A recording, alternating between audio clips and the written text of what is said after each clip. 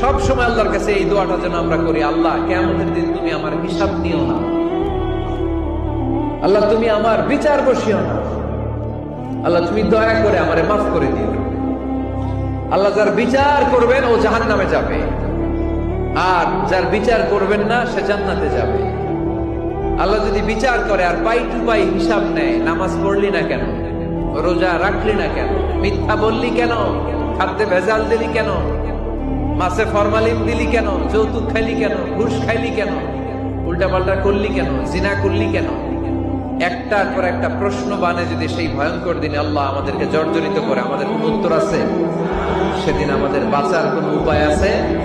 তাই আমরা সবাই আল্লাহর কাছে দোয়া করবো, আল্লাহ কোনো বিচার টিচার মানি না, কোনো বিচার করতে পারবো না, দয়া করবা।